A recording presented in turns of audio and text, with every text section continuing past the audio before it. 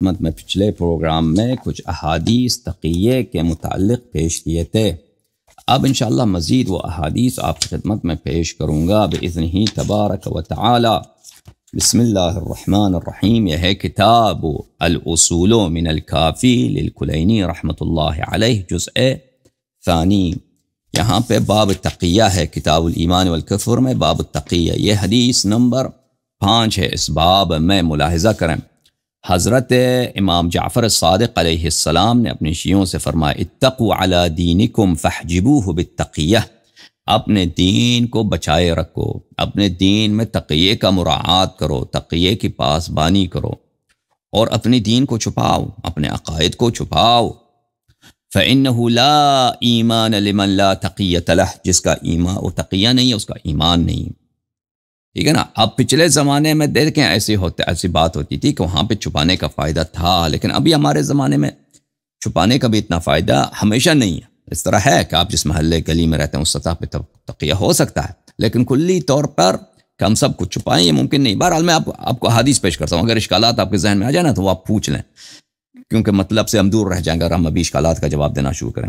انما انتم في الناس كالنحل في الطير لو ان الطير تعلم ما في اجواف النحل ما بقي منها شيء الا اكلته۔ آپ لوگوں کے درمیان اس طرح ہو جیسے شہد کی مکھی پرندوں کے درمیان ہے۔ اگر پرندوں کو پتہ چل جائے کہ شہد کی مکھی کے دل میں شہد ہے، اتنا لذیذ غذا ہے اس کے دل میں، اس کے پیٹ میں، تو دنیا میں شہد کی مکھی نہیں بچے گی، سب پرندے اس کو نوچ کے کھا جائیں گے۔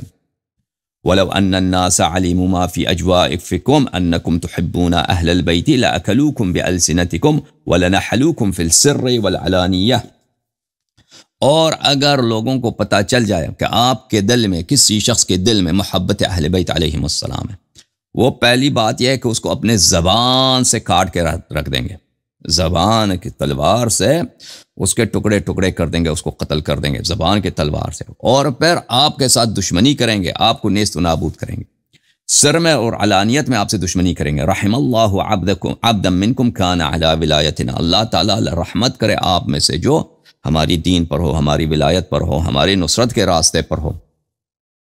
اچھا، اگلا حدیث ہم نے پچھلے ہفتے بیان کیا تھا، اسی جیسا حدیث، اس کو دوبارہ نہیں دہراتے، اسی سے قریب حدیث ہم نے پچھلے بیان کیا تھا۔ یہ بھی اس سے اگلا والا جو حدیث ہے اختلاف الحدیث کے باب میں نے کئی دفعہ آپ کو سنایا تھا شاید۔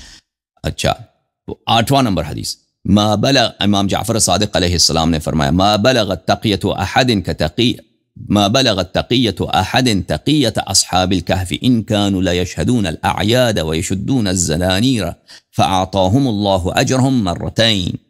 کسی نے تقیہ کا اس طرح مراعات نہیں کیا جیسے اصحاب کہف نے کیا، کہ وہ مشرکین کے درمیان رہتے تھے تو وہ کیا کرتے تھے، مشرکین جیسے کپڑے پہنتے تھے، ان کے تہواروں میں شرکت کرتے تھے، جب بتوں کی پوجا ہوتی تھی ان کی پوجاؤں میں جا کے شرکت کرتے تھے۔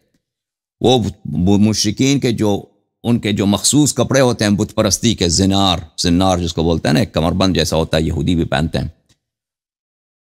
اس کو بھی پہنتے تھے، بالکل مشرکوں کا حلیہ بناتے تھے، مشرکوں کے تہوار میں جا کے ان بتوں کے سامنے سب وہ ان کے بتوں کے گن گاتے تھے، تقیہ کرتے تھے، ٹھیک ہے نا۔ اسی لیے اللہ تعالیٰ ان کا اجر ڈبل دے دے گا کہ انہوں نے صبر کیا ہے اس کفر پر اور اس شرک پر۔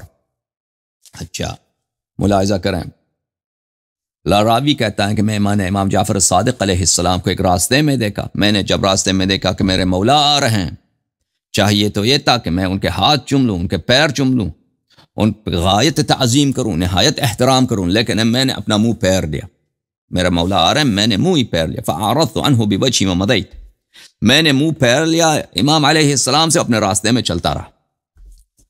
فَدَخَلْتُ عَلَيْهِ بعد ذلك، اگلے دن میں ان کے پاس گیا، میں نے ان سے عرض کیا جُعِلْتُ فِدَاكَ، میں نے کہا آپ پہ فدا ہو جاؤں، میں آپ سے راستے میں ملتا ہوں، لیکن کیا ہے، فَأَصْرِفُ وَجْهِي كَرَاهَةً أَنْ أَشُقَّ عَلَيْكَ، میں آپ سے منہ پھیر لیتا ہوں اسی لیے کہ مجھے اچھا نہیں لگتا کہ آپ پہ سختی کی جائے، آپ پہ شدت کی جائے۔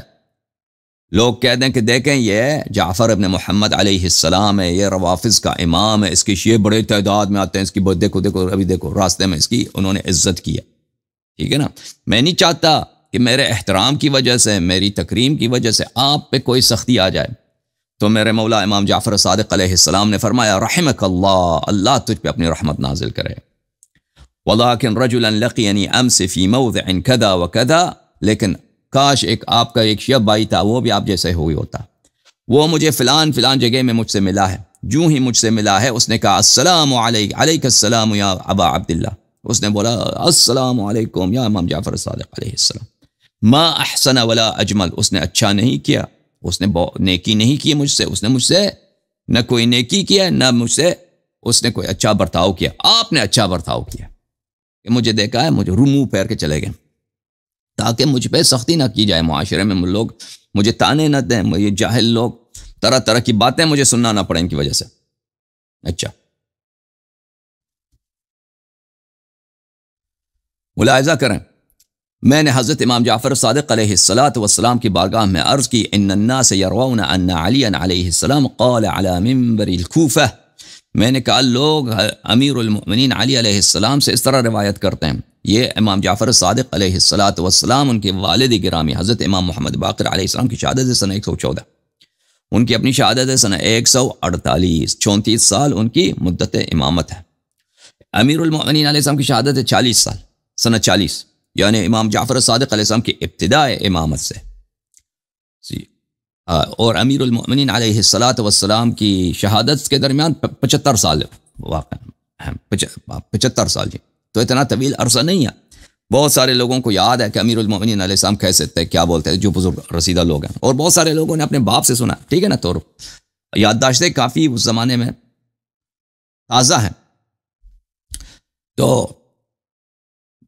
میں نے کہا کہ لوگ جو ہے یہ مدینے والے، کوفے والے اس طرح روایت کرتے ہیں امام جعفر صادق علیہ السلام سے کہ امیر المؤمنین علیہ السلام نے منبر میں کہا، فرمایا یا ایھا الناس انکم ستدعون الى سبی فسبونی ثم تدعون الى البراءۃ منی فلا تبرؤوا منی. اے لوگو، لوگ اس طرح سناتے ہیں کہ امیر المؤمنین علیہ السلام نے منبر سے فرمایا کہ اے لوگ، میرے شہادت کے بعد تمہیں بنی امیہ مجبور کر دیں گے کہ تم مجھے گالی دیا کرو، تم مجھے گالی دیا کرو، مجھے تانے دیا کرو، مجھ پہ شتم کیا کرو، تم مجھے شتم کرو، کوئی بات نہیں، اپنی جان بچانے کے لیے مجھے گالی ضرور دیا کرو، اپنی جان بچاؤ.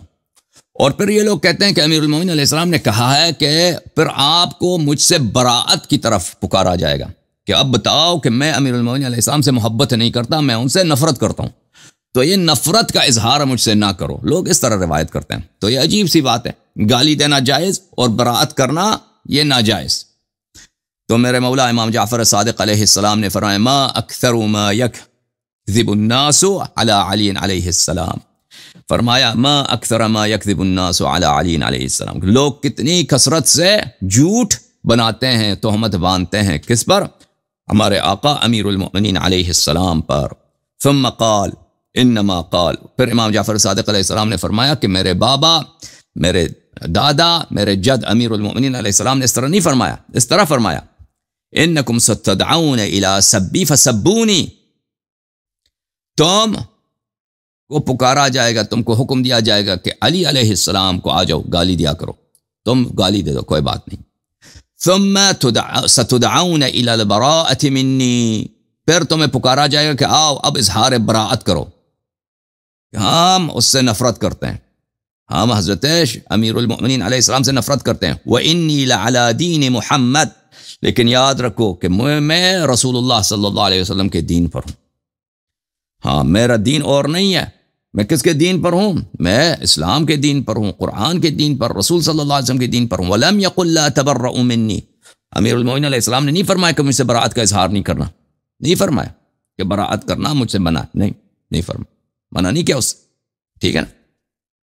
فقال له السائد ارأيت ان اختار القتل دون البراءة، فرمایا کہ اگر کسی سائل نے امام جعفر صادق علیہ السلام سے پوچھا، اگر کسی شخص کو پکڑا جائے کہ آ جاؤ امیر المؤمنین علیہ السلام سے اظہار براءت کرو، اور وہ اظہار براءت نہیں کرتا، کہتا ہے میں قتل ہو جاؤں گا، براءت کا اظہار نہیں کروں گا، کیا فرماتے ہیں آپ؟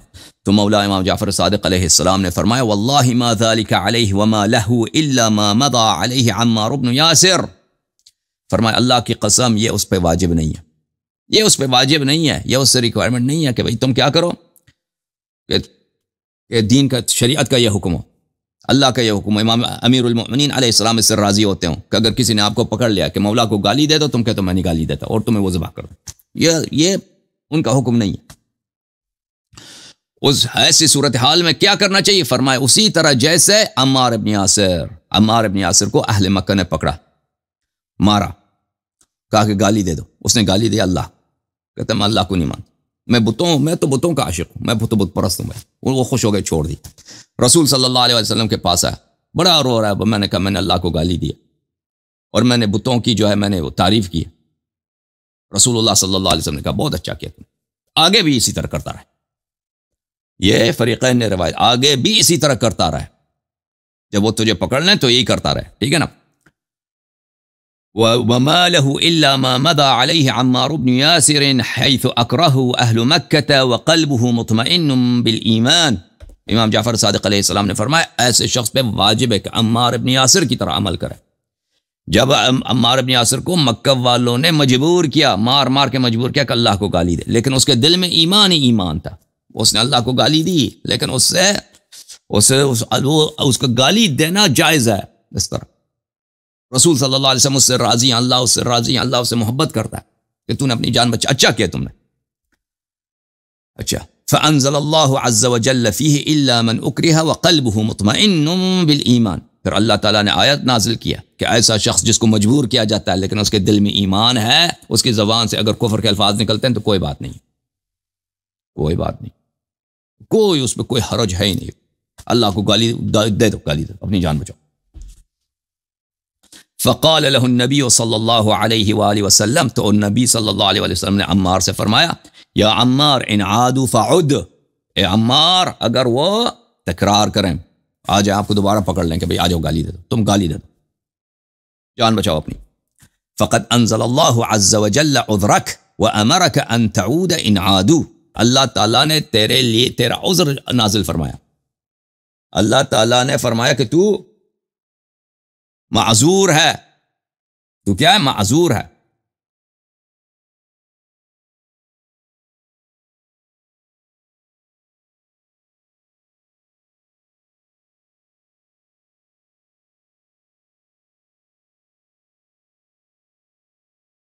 ایک منٹ بھائی، آپریٹر صاحب کو کیا ہو گیا پر